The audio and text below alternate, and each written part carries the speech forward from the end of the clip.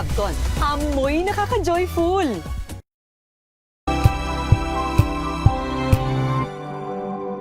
This Saturday on Scene Zone, usapang pelikula kasama mga direktor na bahagi ng Cinemalaya 22. Ako po kasi long time avid fan ng Cinemalaya but first time filmmaker competing sa festival. Pag-resonate doon sa kwento. Siyempre masaya lang yung ikaw ng araw ay. Pagkatapos nila manood ng pelikula, yumayakap sila sa amin at nakikiisa na sila sa pinaglalaban ng pelikula. Ayun yung para sa akin ay pwede ko sabihing success. Extend tayo kasi kailangan ng pelikula. Yung TY-TY lang. Hindi yun.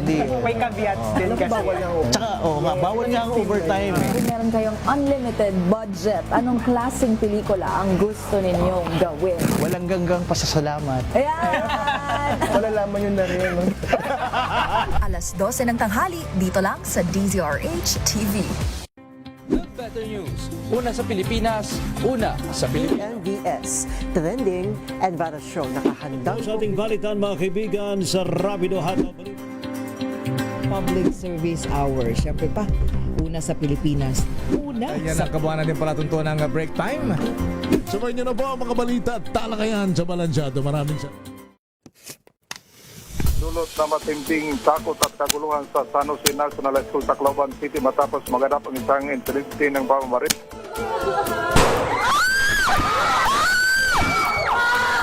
Umabot na sa 4, tatlo yung mga balagita at isang binatang konfirmadong nasawi.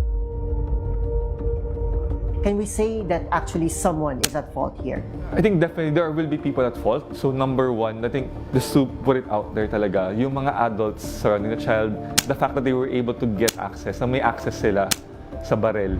Eh, yung bata na yan, nakamatay yan eh! Nakamatay yan! Nakamatay yan ang tao! So ano? Ibababahay pag-asa lang yun? I think walang may isang sagot kung paano talagang bibigay yan. Kasi, of course, we can imagine all these parents are probably feeling I can never forgive. Hindi ko kayang ipagpatawad o magpatawad sa mga taong ito kahit mga bata pa to. And karapatan nila maramdaman yan. Instead, mas palakasin, mas palalimin pa ang ating mental health services, ang ating community mental health services, ang ating family development services.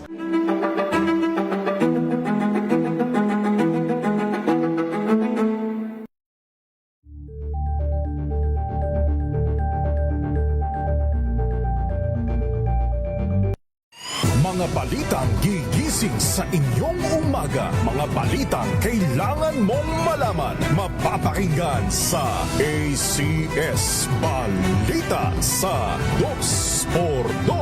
Kasama sina Anthony Taberna at Jerry Baha.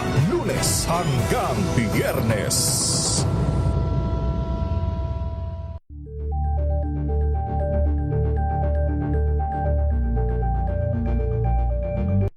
Nakapag-relax ka na ba?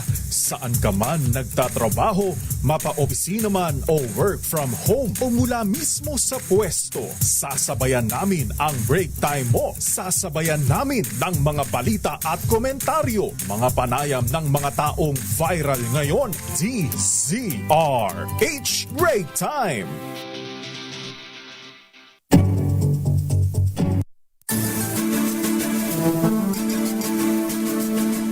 Magandang hapon, Luzon, Visayas, Mindanao. Thank God it's Friday. It's still raining in Manila. I don't know kung sa ibang panig ng ating bansa ay maulan din. Pero kahapon may mga nakapanayam tayo na hindi daw, mainit daw sa kanilang lugar. Hindi natin maawari. Saan pero lugar yung mainit ngayon? Sa bandang south of the Philippines. Oo, diba? Hindi din naman natin masabi na ito ay perwisyo. Hindi din naman natin masabi na ito ay blessing. Depende pa rin kung ano ang pangangailangan kung saan tayo naroroon ngayon. Kasi may mga lugar na kailangan, of course.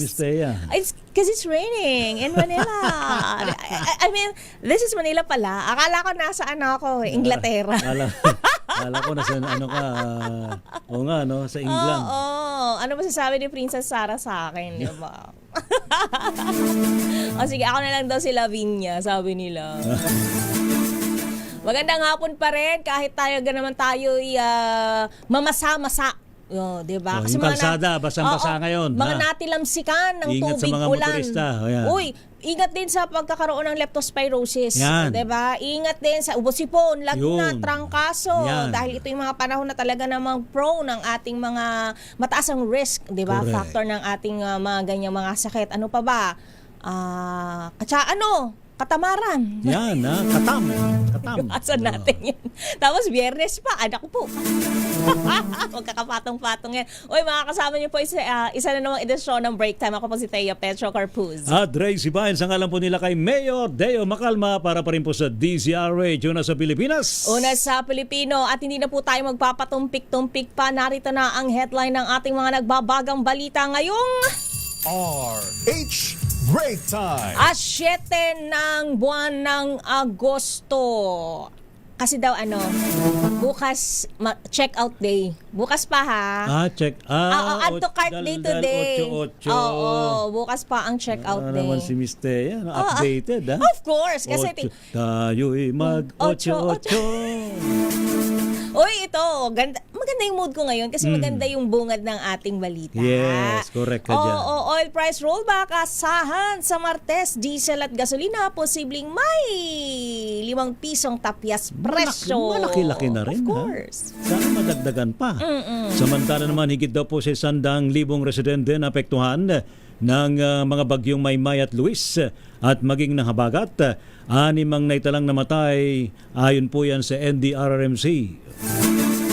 Nako, extradition ni Pastor Apollo Kibuloy patungong Amerika. Pinamamadali request ng US, kinumpirma ng DFA. Paano na yung Son of God? Batangas Congressman Leandro Leviste abay nakalabas na po ng Pilipinas.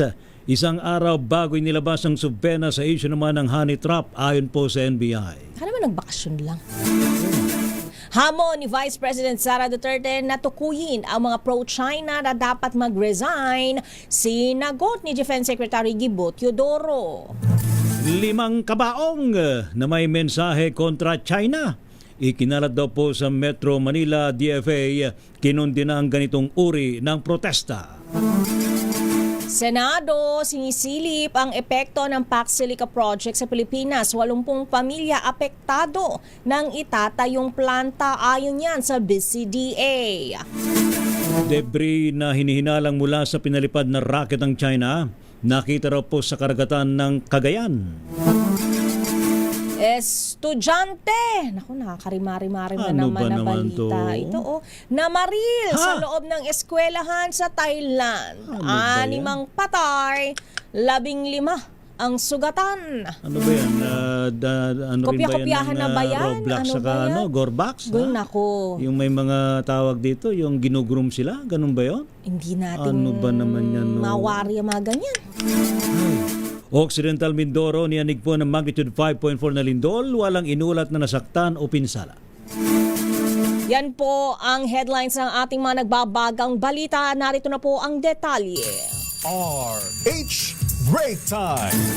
Maaaring bumaba ng hanggang 5 piso kada litro ang halaga ng diesel at gasolina sa susunod na linggo. Ang inaasahang big-time rollback ay batay sa 4-day trading sa Mine of Platte, Singapore. Ayon sa oil industry sources, ang tinatayang tapyas presyo ay ang mga sumusunod. 4.50 sa diesel, hanggang 5 piso kada litro. Kaya kung kayo po ay naka-diesel sa inyong mga sasakyan, nyo muna. Wait muna. Utay-utay lang. Papayba 500 lang muna tayo. Papitik-pitik lang ang pedal. Pabutin natin hanggang sa maka-rollback. Habang sa gasolina naman ay meron ding tapyas na 4.50 hanggang 5 piso kada litro. Ipinahayag ng source na ang napipintong pagbaba sa halaga ng produktong petrolyo ay resulta ng panibagong development o diplomatic breakthrough sa US-Iran conflict sa gitnang silangan. Nito lamang Agosto 4 ay nag-rollback ng katiting na 73 centavos sa bawat litro ng gasolina at 60 centavos sa diesel at 2 pesos 9 centavos sa kada litro ng kerosene. Pinaniniwalaan na nakatulong sa oil price reduction ang paglakas ng piso laban sa dolyar ngayong linggo. Ang price adjustments ay inaanunsyo ng oil companies tuwing Lunes o isang araw bago maging epektibo sa merkado. Samantala sa issue naman ng wage hike, bawal daw po sa batas na pigilan ng korte ang pagpapatupad ng wage increase. Sa panempo ng DZRH kay Senadora Risa Ontiveros, ipiniliwanag po niya na walang korte ang maring magsuspinde sa implementasyon ng wage hike na inaprubahan ng mga Regional Wage Board. Kasunod po ito ng paglabas ng Temporary Restraining Order o TRO ng Pasig Regional Trial Court laban sa 85 pesos na minimum na wage hike sa Metro Manila. Panawagan po ng Senadora, huwag na sanang ipagkait pa sa mga manggagawa at kanilang pamilya ang katiting na dagdag sa kanilang sweldo. At malinaw din naman kasi sa ating batas sa labor code, no, sa articles nasa na po ba yun yung aking articles 126 at 123, bawal po na may korte ang makapaglabas ng suspension sa wage increase na iniutos po ng wage board. At para sa article 123 naman, kung meron pong mga employers na gustong mag-appeal, ang pag-apila po ay sa Wages and Productivity Commission, hindi rin po sa korte.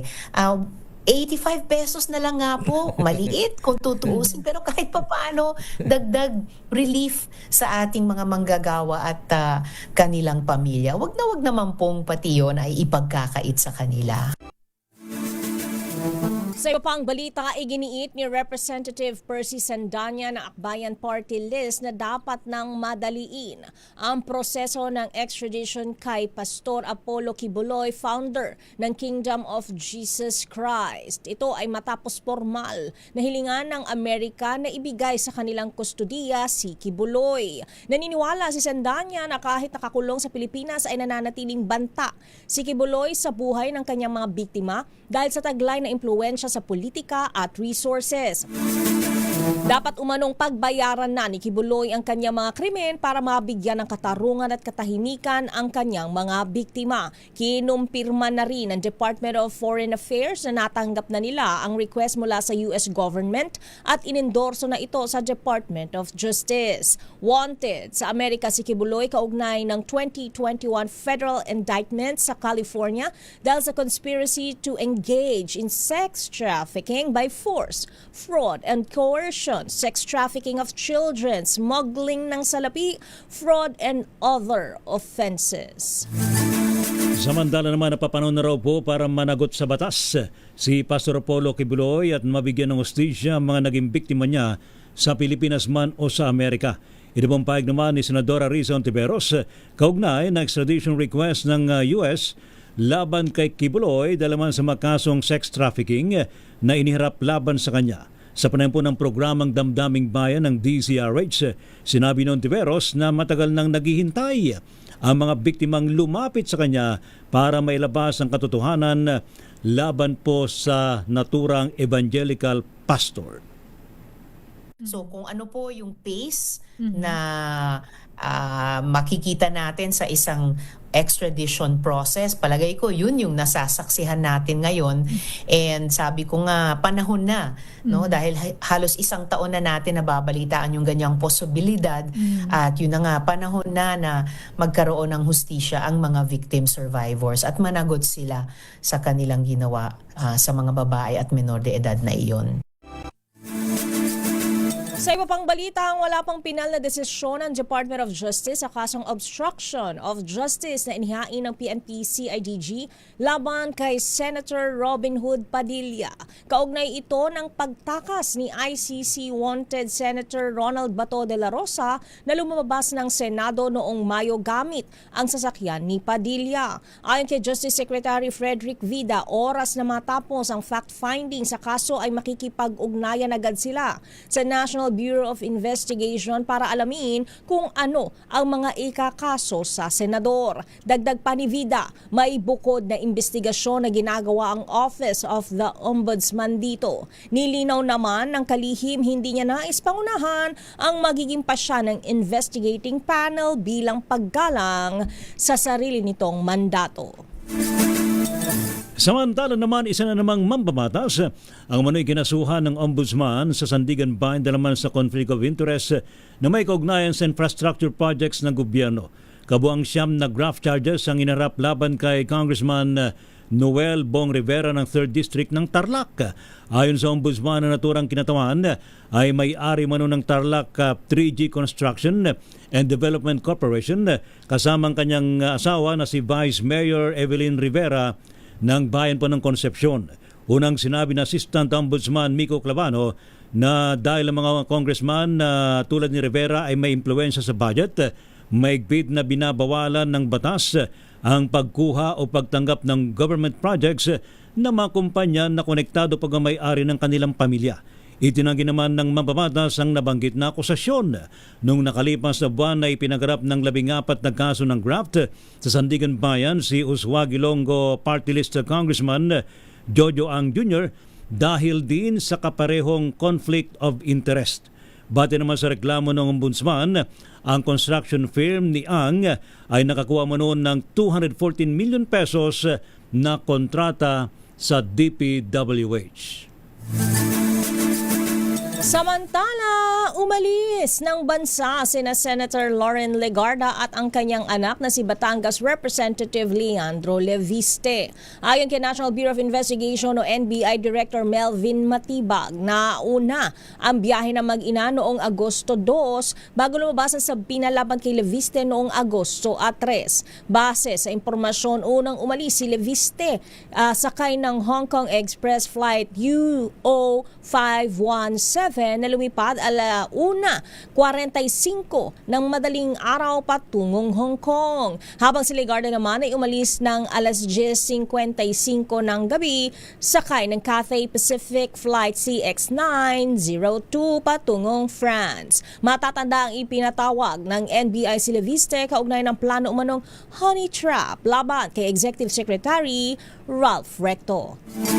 Saan kaya sila magtatagpo? Yun. Kasi alam ko, Hong Kong, ano din yan, di ba? Layover. Naka-medical leave si Senadora Loren Legarda kaya wala daw ito sa mga sesyon ng Senado ngayong linggong ito. Ito pong kinumpirma ni Senate Secretary Attorney Renato Bantog Jr. kasunod po ng mga report na nasa ibang bansa ang Senadora pati na rin ng kanyang anak na si Batangas Congressman Leandro Leviste.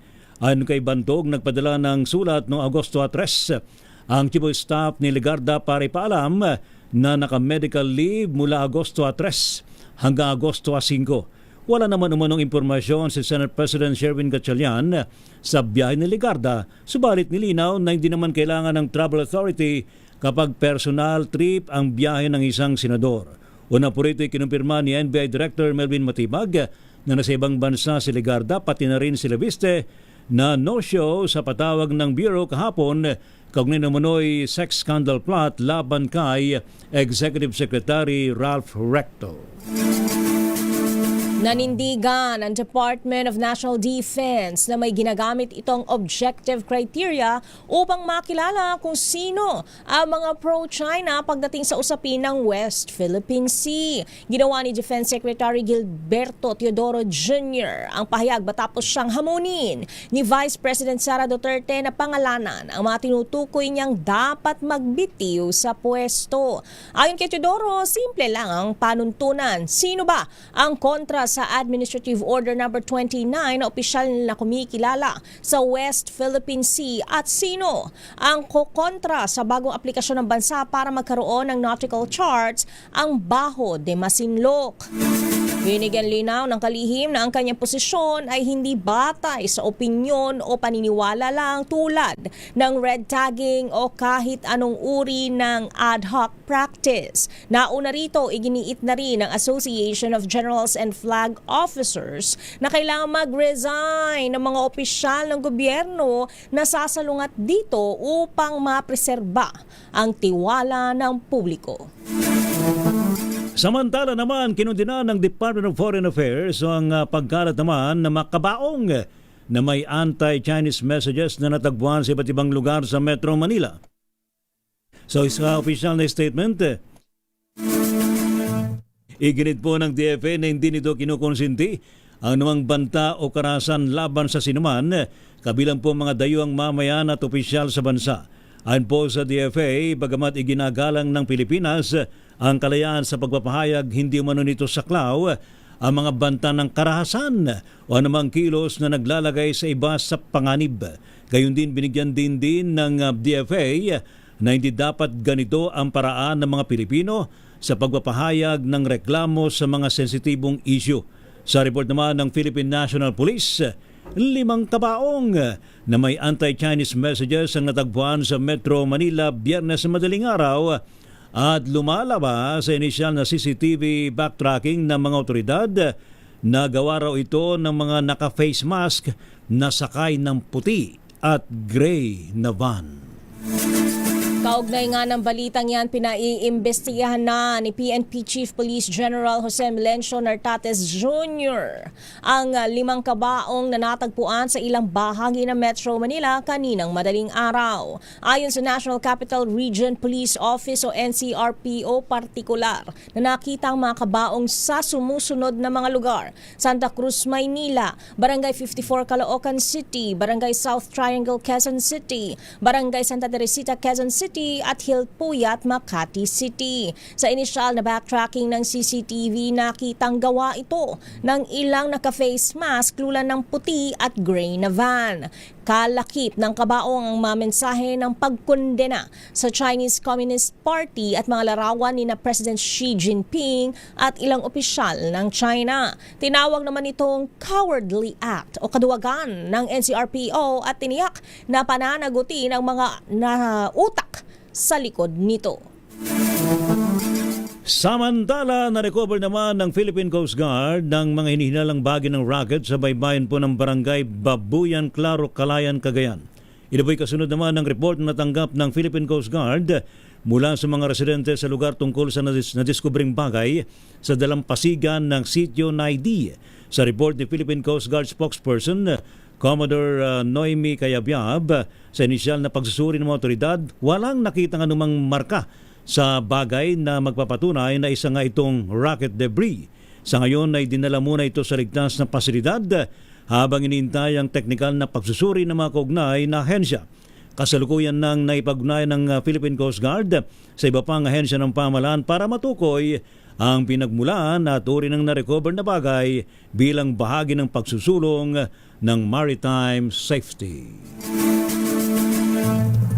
Samantala, balikan pa natin yung pang detalye ng ating mga nagbabagang balita. Sa Senado, sinisilip ang epekto ng Pax Silica Project sa Pilipinas. 80 pamilya maaapektuhan ng itatayong planta ayon yan sa BCDA. At ito nakalulungkot na balita. Ano naman kumakalat yan? yung mga ganitong estilo. Ay, sus, hindi natin malaman. Ano ba to? Gaya copycat ba ito? Gaya-gaya putumaya.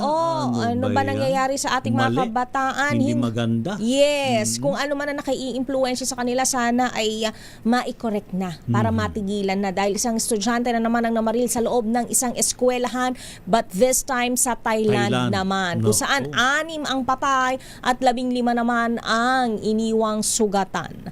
At kanina Occidental Mindoro ay niyanig po ng magnitude 5.4 na lindol at sa kabutihang palad ay wala naman pong iniulat na nasaktan o napinsala. Ilan pa po na mga paalala mula naman sa ating mga kaibigan Pilipinas. Ang oras alas 4:30 ng hapon. Kasama niyo pa rin po sa palatuntunang break time Thea Petro Corpus. At Tracy Bayan.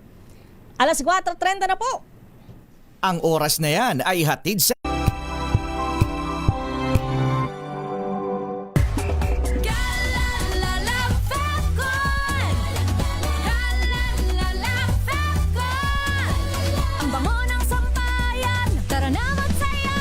Kalafabcon, amoy nakaka-joy.